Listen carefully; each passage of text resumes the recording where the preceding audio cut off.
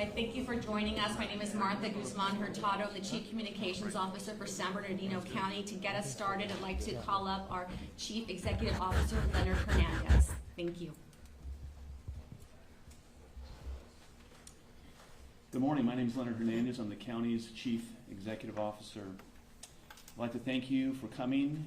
We have some valuable information that we plan to share with you today, and our hearts and prayers go out to the communities, all of our mountain communities that are affected by this disaster.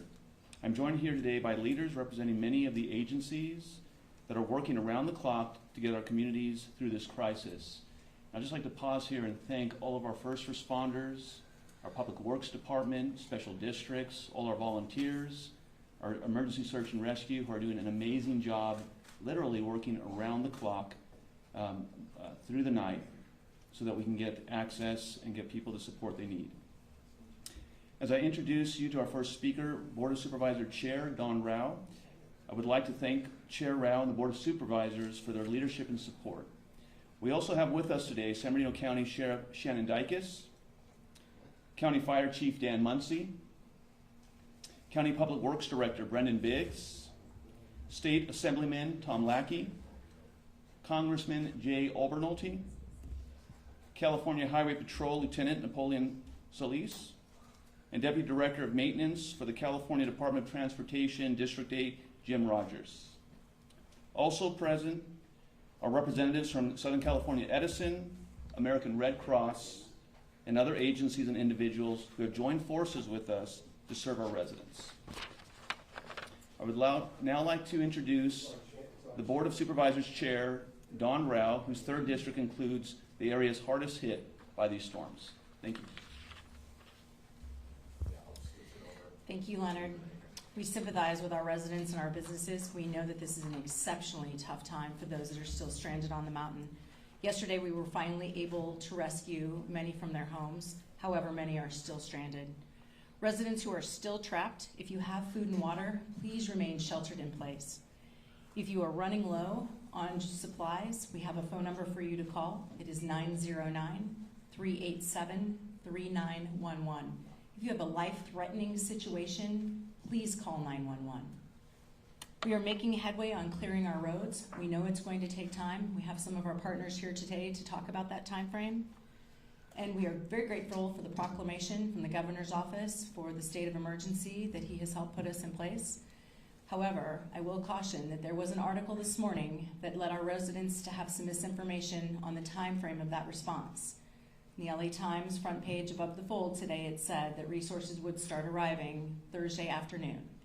So I will have our county fires speak to that and clarify what exactly that means to our residents and what they can expect based on that article and that quote. I would now like to call on our first responders, starting with Sheriff Shannon Dicus. Thank you. Thank you. I'm Shannon Dicus. I'm the Sheriff of San Bernardino County. That's SHANNONDICUS. I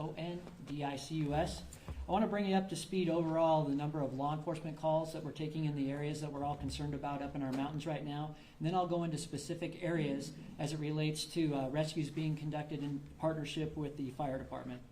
So in the city of Big Bear, we've received 154 calls during this storm incident and have taken 8 deputy reports. I'm sorry, that's Big Bear County area. In the city of Big Bear, 295 calls for service with 15 deputy reports. In Lytle Creek and Mount Baldy, 24 calls with 2 reports being taken. Twin Peaks, 786 calls for service, and as you can imagine, these are the folks that are most affected by the deep snowfalls. And 12 deputy reports taken, and then Wrightwood, 24 calls of service and 2 reports. But there's been a total of 1,200 calls for service and 39 reports taken. And the reason I share that information with you is I want to reassure all the citizens on the mountain that law enforcement services are still continuing and those deputies are responding to those calls in need. One of the questions I received at the last press conference was related to looting or things of that nature that may be going on in our mountains. I want to reassure all the citizens that that is not occurring. Early on, we had 2 reports of burglaries, and both of those suspects were taken into custody. The types of calls for service that we are hearing from are information calls, welfare checks, assisting the fire department with search and rescues, as I explained earlier, and many non-injury traffic accidents as motorists try to move in and out of those areas in the conditions that we're dealing with. Now to the Big Bear area, deputies assisted with several convoys in the last couple of days with food and supplies to the local grocery stores up there. I've flown over those areas. I've checked the parking lots. They're clear. We're able to move trucks and access those places and making sure we're getting necessary food supplies to the Big Bear area and fuel supplies. Switching gears to our Twin Peaks station. They've got continuous patrol and staffing. The mobile field force, that's a mobile field force that I use generally when you hear about civil unrest and things of that nature, but they are all hazards trained. We use them when we evacuate for fires and in instances like this. We have added approximately 15 personnel specifically to the Twin Peaks station to be able to help them with that workload that I described earlier. We've contacted over 100 local residents about transportation, particularly in the area of Cedar Pines Park, which was very harshly hit by snow, and also in the Valley of Enchantment. And we had 17 of our citizens that wanted to be removed. They just did not have the supplies to be able to sustain themselves as the clearing efforts continued. So we were able to use those snowcats and remove them from the mountain. This morning we had search and rescue efforts, as I mentioned last time, encouraging people to stay out of the local mountains. In the Pilot Rock area, we had to rescue a four-wheel drive vehicle that was trying to traverse what we call the backside going into Lake Arrowhead, and they got stuck in that effort. And I would again urge the public, please stay out of those areas for any type of recreation at all. It just is not safe. Today we've scheduled a number of food deliveries going into the Lake Arrowhead area in concert with Stater Brothers. And we'll be moving those food deliveries in convoy up there to resupply the Stater Brothers up in Lake Arrowhead. Deputies continue to work with the fire department, enforce snowcats, and we're also receiving additional snowcats coming to our area. We found that vehicle, because it has tracks, to be the most effective at getting us and the fire department to the areas that we need to be. Today, one addition that we're going to be doing is as we contact people that are having difficulties with food resources, we have meals ready to eat that we will transfer to them to help them stabilize their food situation and continue with the road operations until they can get to regular grocery stores and have that type of support. And I know later on we'll also be talking about food distribution points that we'll be setting up as the county and those locations that we're currently working on.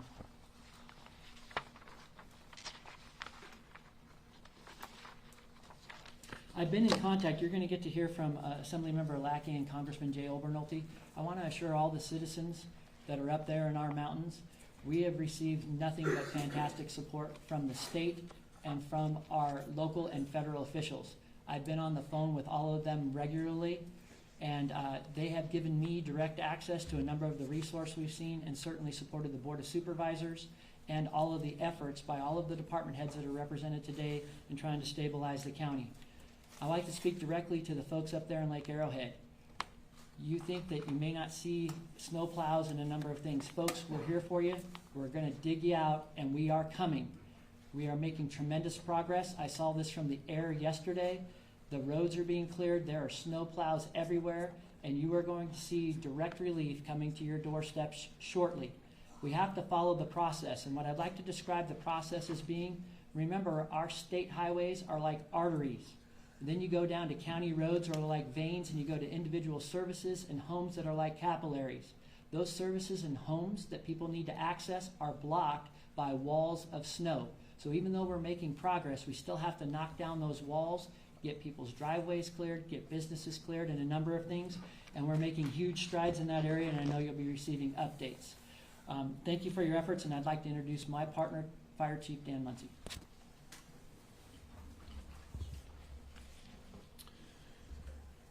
I'm Sheriff Dicus' proud partner, actually. I'm very proud of the deputies and the degree of which they've engaged with the fire department in protecting our residents. I'm proud of the men and women of the county of San Bernardino for all that they do. And I'm extremely proud of our firefighters. I want to take a moment and just describe a day for our firefighters in Lake Arrowhead. As the roads are being plowed, they're not always able to take fire engines. To access emergencies, we've deployed 8 snowcats across the mountaintops. The snowcats are those tracked vehicles, and when they can use them, they do. But there are times where they have to walk into these emergencies. We've had more structure fires than normal in the mountains. We believe that these are due to natural gas leaks. Thank you, sir. We're working with our investigators to determine the cause and origin so that we can protect our residents by notifying them how the snow is impacting their utilities. These firefighters are responding to structure fires on these tracked vehicles, not with pumps, not in fire engines. They're literally showing up with shovels and with hoses. They dig out the fire hydrants, they connect to the municipal water system, which has been well maintained, and they're attacking these fires. Over the last 48 hours, we've had 5 of these fires, these gas fires that our firefighters have to fight. I spoke to one of our incident commanders last night, and he said that he hadn't slept in over 4 days. Our firefighters are responding to calls one after another. Now, we're not able to respond to every single call at once. We only have 8 snowcats. We have plenty more on order. But even then, even if we put as many men and women as we could up there, there's still going to be called for services. We have to prioritize these call for services. Every single call is being responded to, but I think in California we're used to a 5, maybe in our mountains, a 15-minute response time. That is not happening right now, but we are responding. Our EMS calls for service continue to be robust. As our residents don't have access to normal doctor's appointments, they're running out of medication, or the emergency room is closed, it puts an impact on the 911 system. We are using these snowcats to get to these patients and transport them to our waiting ambulances that are on the roads. Our ambulances are using tire chains to get down the hill where they're meeting another ambulance that has no tire chains to speed up patient transportation. The fire department is also working with various county agencies to make arrangements with our residents on an as-needed basis to deliver the medications that they need, the supplies that they need, in case things like insulin syringes to prevent additional emergencies. I want to talk a little bit about Unified Command. I'm the incident commander of our February storms. We are in Unified Command with the Sheriff's Department that ensures that strong, close coordination. All utility companies, CAL FIRE, other allied agencies, other fire departments are in our command structure. We are setting incident objectives. We are sharing resources. We are helping each other out. Neighbor helps neighbor. I want to thank specifically CAL FIRE in the state of California for the immense amount of resources they've brought into our region to support us in this operation. What the Unified Command is doing isn't responding to 911 calls. That's what the fire department's doing. What the Unified Command is doing, though, is working with the roads department to prioritize roads for services. We're working with the Office of Emergency Services, San Bernardino OES, to supply distribution points of logistics for our citizens who are shut in and are unable to make it to the grocery stores. We are going house to house, and we're literally using shovels to shovel out driveways to make sure that people have access to their cars. As the roads are plowed, you still have a 10-foot berm of snow that you need to make it over. We are shoveling their roofs and removing the snow weight from the roofs. As I reported in the last news conference, we've had collapses in our structures. We're all familiar with the Godwin grocery store, which is a full collapse. There's been other public infrastructure and private entities that have been impacted by the snow wave. We have a damage assessment team that is out there looking at every one of these structures or notifying residents of concerns. They're coordinating with different county departments to ensure that our building and safety can be notified. Finally, we're looking ahead. The weather looks great for the next 7 days, and that's great news. We're starting to feel more comfortable because as it gets sunny, we're going to have the snow melting. But when you're looking ahead and you're looking at snow melt, we always think about flooding. The second emergency that we're looking at and assessing for is avalanches. Today, Icebox Canyon, which is in the Mount Baldy area, is shut down thanks to the great coordination by our sheriff and CHP because of the threat of avalanches. We're looking at all our communities, and while we do not believe that there's any avalanche threat in those communities, we are making absolutely sure that we're monitoring the situation to stay ahead of anything.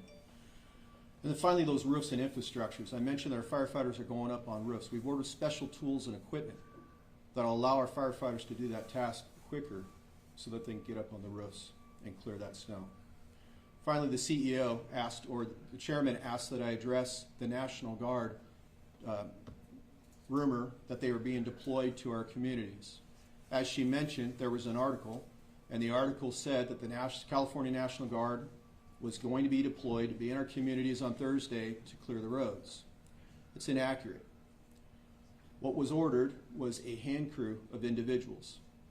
The hand crew that is being given to us is a combination of CAL FIRE supervision, CAL FIRE equipped, and California National Guard members. The National Guard members work with CAL FIRE during the wildland season. The state, though, has given us this hand crew so they can help us go door to door and clear out residents, remove snow from roofs, shovel driveways, shovel the front porches to make sure that our residents are safe. You will not see the National Guard wearing fatigues. They're not going to be driving military vehicles. They're dressed like any other firefighter. They wear blue uniforms. They're called a rattlesnake crew. That is the name of that crew. Every crew has some sort of name. So as you think that there's been a deployment of National Guard, don't think that this is a hurricane in Haiti, where you see our military there to support the citizens. That's not what we need. That's not what we asked for. What we asked for is assistance to our citizens. And the best assistance that you can get is men and women that have shovels, that can go and directly go on private property and help. The second piece of equipment that we requested from the state of California is front-end loaders, dump trucks, and different specialty equipment. That equipment is starting to arrive and is being deployed in conjunction with our Public Works Department and with Caltrans to support our private citizens. Finally, there's two individuals that I brought over here that spoke Spanish. I know that there was some Spanish media in the audience that asked for interviews. They'll be available after this press conference to answer any questions in Spanish. Thank you.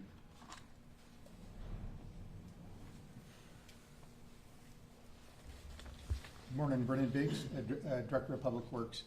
Now that the blizzard has ended, our crews have finally been able to make some real progress over the last couple of days. Our staff did an amazing job in creating and implementing a GIS layer as a tool for the community. It's on our Public Works snow removal webpage. And what that is every day we update the progress that we're making from Mount Baldy to Wrightwood all the way over to Forest Falls. So you can see the progress of our snow removal efforts. It's a really good tool. It was launched last night, and it'll tell you, you can actually zoom into your specific area, and the little numbers will change as you zoom in, which roads have been passable. Again, to remind you what passable is one lane wide, less than 8 inches. That's where a properly equipped vehicle, that's like a four-wheel drive vehicle with chains and snow tires, can navigate. The county continues to be fully activated, working 24/7. We're not only using our crews, but we hire seasonals every year, and then our on-calls. We were throwing everything at this, and as Chief Muncie said, we've also got some extra loaders and people coming in that will be implementing area-wide. We're also in constant communication with the state for additional resources.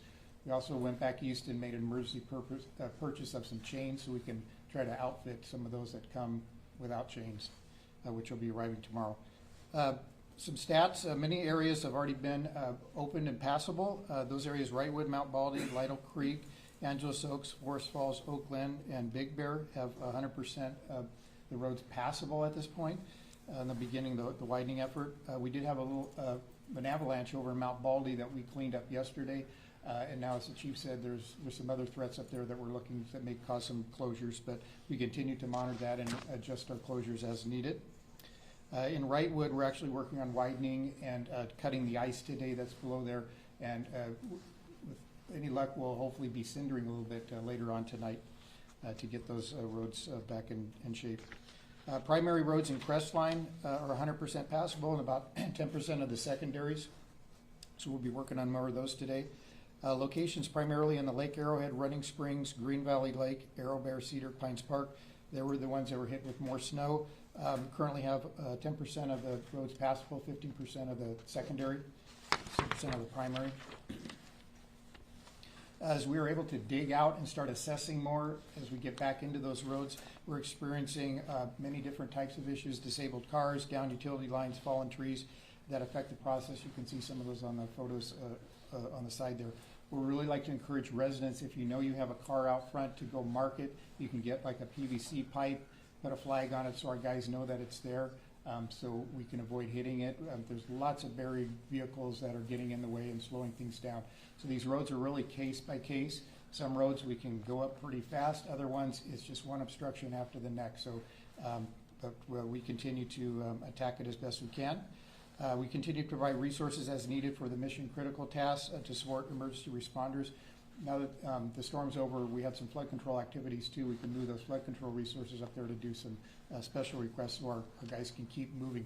We are working in all the areas at once. That's what we do, so no community is left behind there. We're moving everything forward, so every community will have, we have snow areas, so all those communities are getting some attention all at one time. Weather Service sent something out yesterday. They're starting to collect all the data from this storm. They indicate that the 7-day snowfall in Big Bear previously, what the record was 58 inches back in 1979, and the reports are 82 inches from this storm, quite a bit in Big Bear, and then Running Springs at 150 inches. So with that, I'm going to turn it over to Lieutenant Salias from the CHP. Thank you. Good morning, everyone. Lieutenant Napoleon Salias, Napoleon Salais. I am the Lieutenant Commander at the CHP Arrowhead area. And I just want to briefly go over what we're doing with our unified command partners, our allied agencies. Right now, we have been dedicating every valuable resource we have to support our allied agencies. We have been manning closures at the roadways. We have been coordinating essential commodities and essential crews and essential equipment up the mountain. We have been making ourselves available to respond to emergency calls for service. So we have been working very closely with our allied agencies to ensure the safety of our public. I know that we have recently attempted to open the roads to locals only. However, it was soonly discovered through our unified command system, with my allied agency partners, that it was simply unsafe to do so, and it compromised those lifelines, and it compromised those routes for our first responders, our essential goods and commodities that get up to our local communities in the mountains. So we urge everyone to please be patient, but we just simply cannot compromise safety. We also have to take into effect, and we have to have the point of view that the mortars going up and the locals trying to get up, it's still not safe to get up there. We only have one lane of travel in some of the roads, and it potential for someone to get hurt. So we urge everyone to please be patient, and that we just simply cannot compromise our safety efforts for our first responders, safety efforts for those goods and commodities that are making their way up the mountains, those lifelines. We have to protect those lifelines so that we can make sure that everybody's safe up there in the mountain communities. Please follow our websites for updated road conditions and road closure conditions. Also, our various social media platforms for up-to-date information. Thank you. I'll go ahead and leave it off to Jim Rogers, our Deputy Director of Maintenance from California DOT Caltrans. Thank you. Thank you, Lieutenant. Good morning. I am Jim Rogers. I am the Deputy Director of Maintenance here in District 8. I would like to thank San Bernardino County again for inviting us to this to give opportunity to speak with you today. We are here to share about the hard work that the staff have been contributing to the snow removal and the storm cleanup efforts this past week. On Tuesday and Wednesday, we received additional snowfall, which set us back from the progress that we've made over the weekend, also resulting in a pause of escorting residents back up to their homes. I am proud of our crews, and I continue to work who continue to work tirelessly day to day to clear the mountain routes. I'd like to just share with you, as of yesterday, our mountain crews have removed over 2.6 million cubic yards of snow off state routes. This is in addition to the snow removed by our contractor that we've hired through our director's order. Crews continue to work 24-hour shifts, rotating staff to clear the roads to provide necessary supplies, fuel, food, and medicine. Their efforts this week helped facilitate emergency deliveries to the mountain community hospitals. A mission task order has been initiated to coordinate with Caltrans districts throughout the state to participate and provide local partners with additional resources, including equipment such as loaders, trucks, personnel, and more to clear the snow and fallen trees. I'd also like to state that we have started mobilizing those vehicles and equipment and the crews coming in. They're coming in from districts across the state, San Diego, Los Angeles, and different areas from up north. As the weather begins to change, Caltrans will continue to remove large amounts of snow on our state highway system with the goal of opening the highway for all those who wish to be up there, that need to get up there with our emergency responders, keep those arteries open so they can get into the communities and open up the housing and the services there. Okay. With that, again, we'd like to thank the community for their patience as we move forward to achieve this goal. We encouraged with the announcement of the state of emergency, which will bring additional resources for improved conditions for our local partners. And again, I just want to say thank you to our local partners. It's been great working with this Unified Command, getting things done, and all the support that we have and that we can offer to them as well. So thank you. At this time, it's my pleasure to introduce and welcome Assemblymember Tom Lackey. I think that, excuse me, the enormity of this event is hard to comprehend. You know, we're thinking we're in Southern California, but yet we have had an inundation that has really generated a severe amount of anxiety, frustration, and difficulty, especially to the victims and those who are actually trapped in their own home.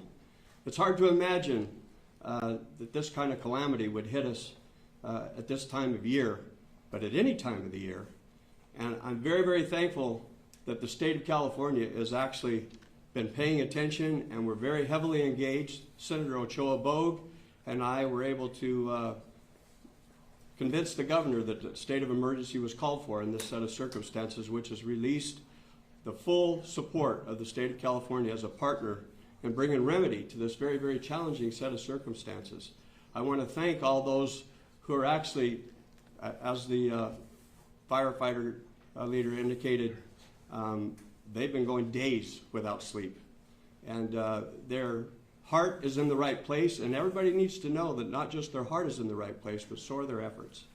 And so I feel very frustrated for those who are suffering, and I can't imagine being trapped in my own home for days, feeling helpless. And that's the feeling that we're trying to remedy, and know that our efforts are being heavily focused in your benefit. And know that help is coming, and we're sorry it couldn't get here quicker. But know that there's a lot of diligent effort that's being expressed, and we're thankful for all the partners who are committed to seeing this to a successful conclusion. And thank you all for paying attention. Thank you. Now it's my pleasure to introduce and welcome Congressman Jay Obernolte. Good morning. I'm Jay Obernolte. I represent the 23rd Congressional District, which includes almost all of the affected areas here in San Bernardino County. I wanted to update you on what we're doing at the federal level to respond to this emergency. On Wednesday, I led a letter signed by many members of the California Congressional Delegation urging Governor Newsom to declare a state of emergency. We cooperated in that effort with our partners, Assemblyman Lackey and Senator Ochoa Bogue. I'm very happy that the governor acceded to our request and declared that emergency on Wednesday evening. That's going to unlock state resources that will help us respond to this emergency, including the California National Guard. This morning, I led a letter to President Biden, signed by members of the California Congressional Delegation, urging him to be prepared to declare a federal disaster in response to this crisis. That would unlock other federal resources that I think are desperately needed in this situation, including disaster assistance with FEMA, loans from the Small Business Administration, and even assistance from the IRS, making many of the payments that our homeowners and our businesses will make to repair this damage and to recover from this emergency tax deductible. Now, unfortunately, the barrier to a federal disaster declaration is high. It includes a request by the governor and a preliminary damage assessment, we call it a PDA, showing that enough damage has occurred to justify a federal disaster declaration. So we'll be gathering information about the amount of damage that's occurred. So I would encourage you, if you're a homeowner or especially a business owner in some of these affected areas, please keep track of your disaster-related expenses, because we might be asking for that information if we need to prove to the federal government that a disaster declaration is something that we qualify for. And I want to join my colleagues in thanking our first responders who have been working around the clock to help us recover from this emergency. All of our partners have been working as one unified team, and I can't tell you how much I and the other elected leaders appreciate your efforts on the behalf of our constituents. Thank you.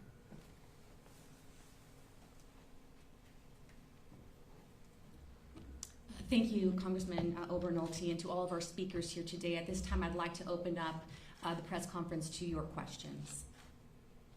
Yeah, yesterday, I know last night in the meeting, you guys said if this was to happen again, you would change your response. So a couple questions. Are you guys disappointed at all with your response to this? And also, can you elaborate more on what will be different the next time a similar situation happens? Dan Muncie, M-U-N-S-E-Y, Fire Chief, County San Bernardino. I always get the easy questions.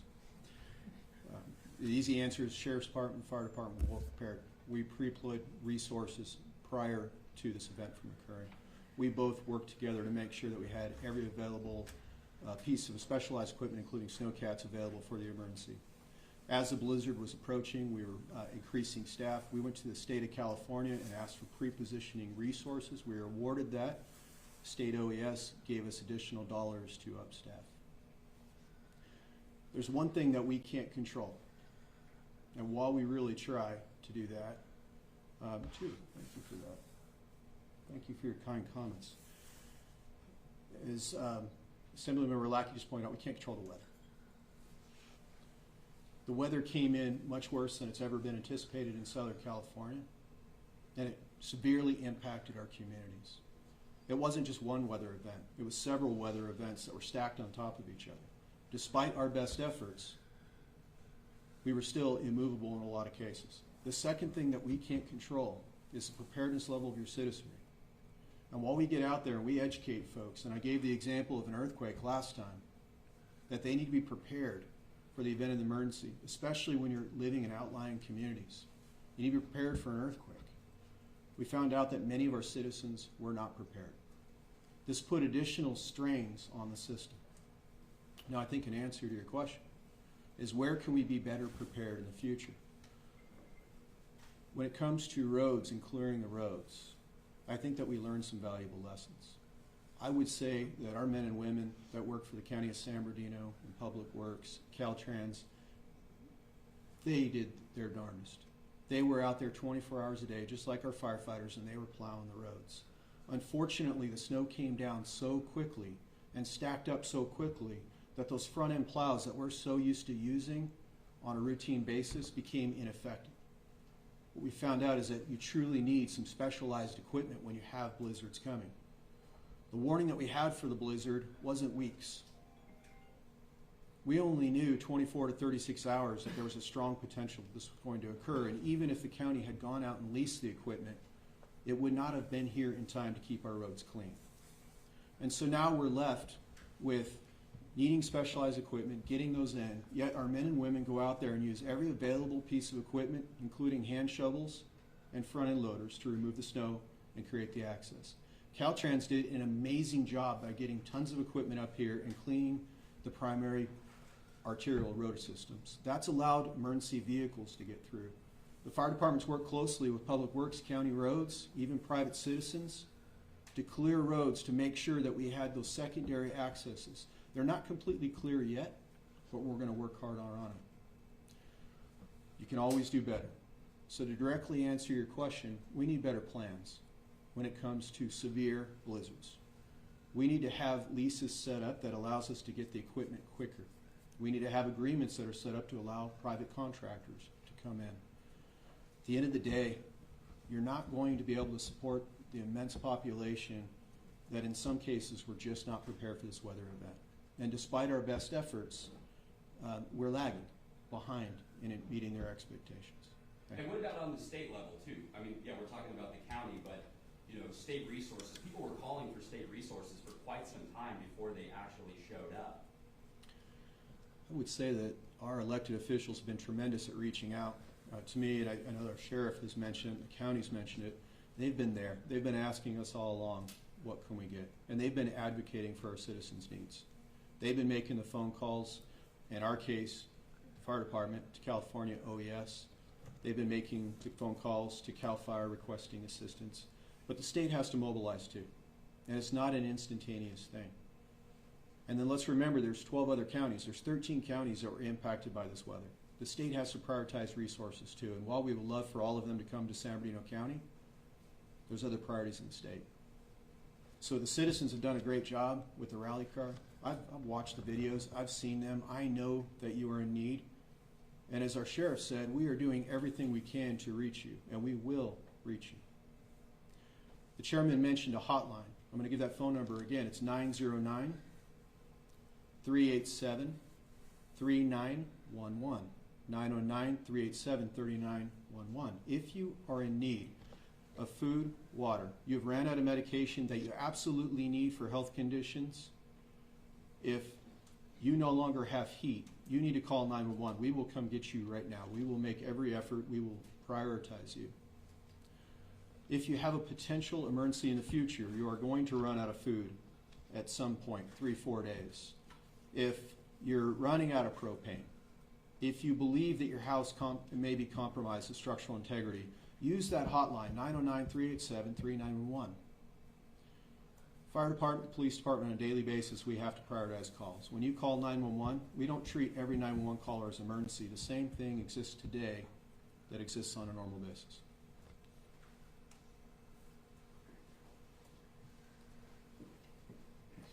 All right, if there are no other questions, we'll conclude the press conference. I do have another question. Oh, okay, go ahead. I was going to ask one. Okay. Yeah, no, I have a Okay. question. My question is to Caltrans or Public Works. I mean, people are obviously, at least the ones I've been speaking to, are curious. They want to get up to their homes, they want to get food to their families if they can. When can you give them more information about when the roads will be available for them to start getting to their homes, especially in the areas of Green Valley, Running Springs? You mentioned that 100% of the test line wasn't open, but you're still working on clearing the other roadways in those communities? So as I had, how we have been mentioning, keeping those lifelines, those vital routes up for our first responders and get those goods and commodities and essential equipment to help our residents up there in the local mountains. Until we can say it's safe and it doesn't compromise those efforts for our first responders and getting those commodities up there, we're going to have to maintain our public safety. Is always going to be paramount. So that's going to be based on ensuring that we don't compromise public safety. And how are people gonna get to those resources, like the grocery store in Arrowhead? If you can't even leave your house because you're buried in 10 feet of snow, how are you gonna get to those resources?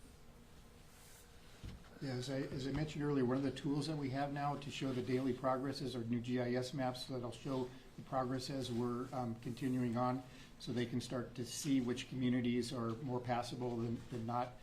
We're estimating, a week or two, but that's because we really don't know until we get to that road. They're all case by case and what buried cars and stuff we get, and also the state resources that are coming in. So we just encourage everybody to keep looking at the webpage and see how the progress is being made each day. So if you're saying it's gonna be a week or two of being in your home, if those people that, as the chief mentioned, that are running out of food and water, they should leave, because it could be 2 weeks before they're able to dig out? Yeah, no, we appreciate your question. One of the things that's happening under our unified command is as the snow plows go through, the additional resources that our chief commented that's coming from CAL FIRE, they're actually sending rigs in behind them to go with the roof rakes, with the shovels, to start to dig folks out and to do the door-by-door house check to make sure people are in a good place. It's our approach not just to focus on the main roads and then just leave everyone stuck in their home. The conversation that we're having about the roads being cleared, and again, that's what we really want to stress, because being cleared means that there's only access for one vehicle. It's a very tight clearing. If people come up, they won't be able to get into their home. They'll have to stop their vehicle in that clearing lane, and then they'll have to spend about 20 hours of work shoveling to get to their house. That's why we're trying to prevent people from coming up just at this moment. The other part is that our county emergency operations is putting up local assistance centers. We're right now planning where those are going to go around the mountain, so that we're coordinating food distribution. That's an aspect that our unified command is going to accomplish as well. So effectively, what's going to happen? It's a coordinated, staged approach. The roads are cleared, then fire crews come behind, start to clear to get to residents. The help desk number, when people are calling and saying I'm in desperate need, is going straight to the unified command, so that then those folks are prioritized. Also, our sheriff is leading an effort to get people out of certain situations, like in the Crestline area, where there's a grocery issue, to get those folks out of that area who want to leave. Sometimes the mountain residents don't want to leave, but who want to leave, to get them to one of our shelters that are located in Redlands. So we're coordinating each of these efforts so that we're just not saying, hey, you have to wait 2 weeks in your house until we finish clearing the roads and then come out. It's a coordinated effort to get people out of their house, get to resources. And Chief, if you have anything else you'd like to add? Search and rescue crews were working to refuel generators at cell towers. For a lot of people stuck in their homes, this is their only communication to the outside world.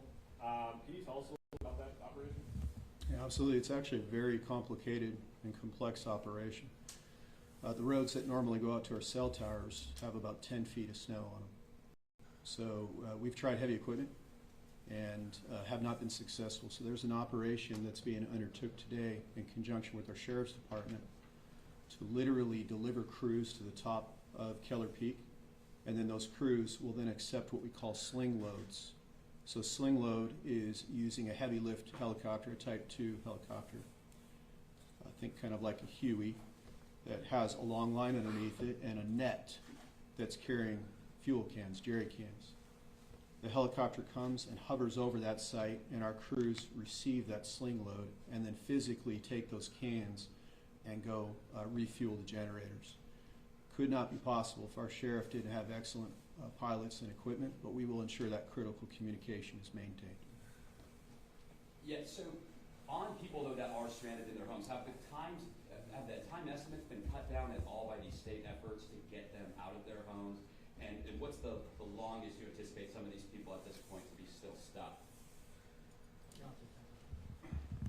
So we've estimated during this, we said we could push it out as far as 2 weeks, but because of the state's efforts and the equipment that's coming in behind us, we're hoping to drop that down to a week.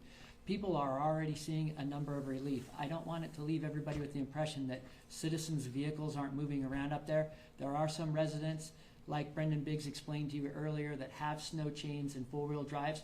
I've seen them from the air. They are moving around. Some of them that are able to walk close enough to receive groceries and supplies and things like that are certainly doing that. We're seeing neighbors helping neighbors. So it isn't a complete lockdown, and we are making a tremendous amount of progress. Those people that we find that are the most desperate, in other words, not supplied up, don't have the proper resources, especially when you're talking about, Airbnb, short-term rental type of situations that people may have got caught up in. We're removing them from the mountain and making sure that we get them taken care of and they get resources to get back home. We may have to go up and get cars later, but right now human life is of most importance. So you're going to see that shrink.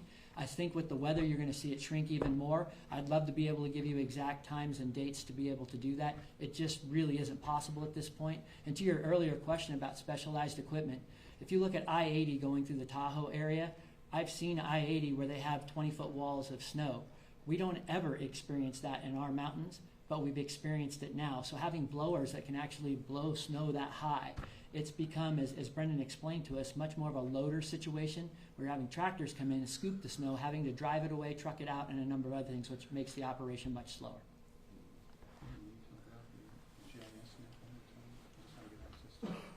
Yeah, to get access to our GIS map, if you go to County of San Bernardino Public Works website, we have a link for snow removal information. It has a lot of information about the snow removal program, helpful tips, and then there is a button there for the GIS map, which will come out for all the snow areas. You can zoom right into that.